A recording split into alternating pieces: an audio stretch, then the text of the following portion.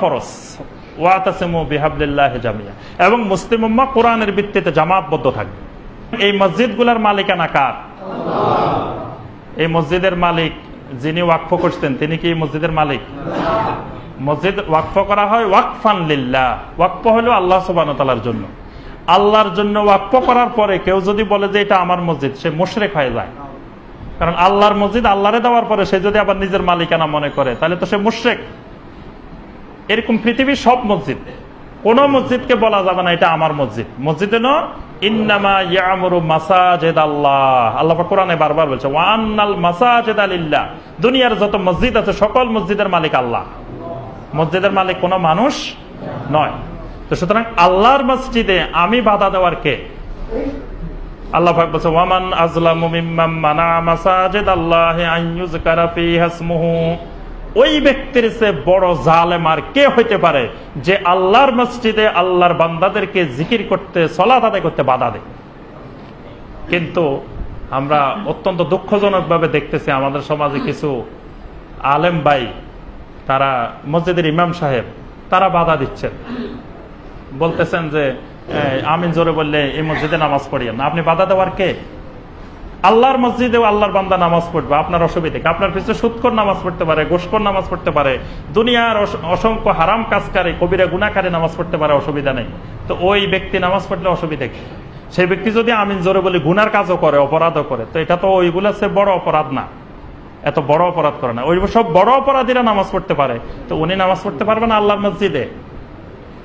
এই জন্য মানে সর্ব অবস্থা খেয়াল রাখতে হবে। আরেকটা বিষয় বলে আমরা এই বিষয়ে আলোচনা শেষ করি, সেটা হলো আমাদের দেশের ওই ইমাম সাহেবেরাই বলে যে চার মাযহাবে হক, এ কথা বলে না যে চার মাযহাবে হক, হানাফি, শাফি, মালিকি, হাম্বলি। তো আমাদের দেশে কিন্তু শাফি মাযহাবও ওইরকম নাই, মানে ব্যাপক হারে নাই, মালিকি মাযহাবও নাই, হাম্বলি মাযহাবও নাই। তো এই চার মাযহাবের মধ্যে যা আছে সবগুলাতে হক। এই যে আমিন জোরে বলা, এটা তো তিন মাযহাবেই আছে, শাফি, মালিকি, হাম্বলি, তিন মাযহাবে তো আমিন জোরে বলতে বলা হয়েছে, তিন মাযহাবের আফলিয়াদান করতে বলা হয়েছে। তো এগুলা যদি হানাফিতে নাও থাকে, ওগুলাতে তো আছে।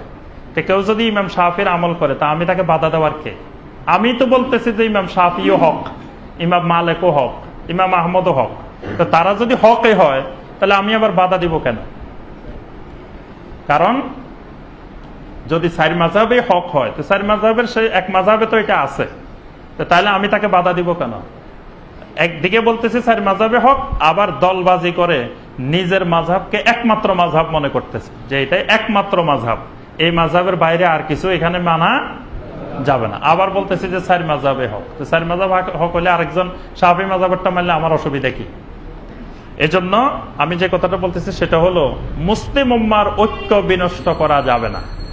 এজন্য আপনাদের প্রতি অনুরোধ করব, আপনাদেরকে যত ফতোয়া দেওয়া হোক, যত কিছু বলা হোক, যারা সহি হাদিস মেনে চলেন, তারা কখনো উল্টাভাবে তাদেরকে ফতোয়া দিবেন না। তাদের সাথে এইসব বিষয় নিয়ে কারোর সাথে ঝগড়া ঝাঁটি, দলাদলি, বাহাস, এটা সেটা এগুলোর দরকার নেই, দলবাজির দরকার নেই, ফেরকাবাজির দরকার নেই। যারা মানে মুসলিম উম্মার যে ঐক্য, জামাত, এই জামাতকে কোনো অবস্থায় নষ্ট করা যাবে না। আবার এই কথাও মনে করা যাবে না যে জামাত ধরে রাখতে গিয়ে আমার সহি হাদিসে বাদ দিয়ে দিলাম। আগে সুন্নাহ তারপরে জামাত, আবার সুন্নাহ বাদ দিয়ে জামাত না। ঐক্য ধরে রাখার জন্য যে নবী সাল্লাল্লাহু আলাইহি ওয়াসাল্লামকে যে কাফেররা প্রস্তাব দিল যে আসেন আমরা, আপনি এটাও করেন ওইটাও করেন, তাহলে আমাদের ঐক্য বজায় থাকবে, কিন্তু নবী সাল্লাল্লাহু আলাইহি ওয়াসাল্লাম তাওহীদ বাদ দিয়ে ঐক্য করেন নাই।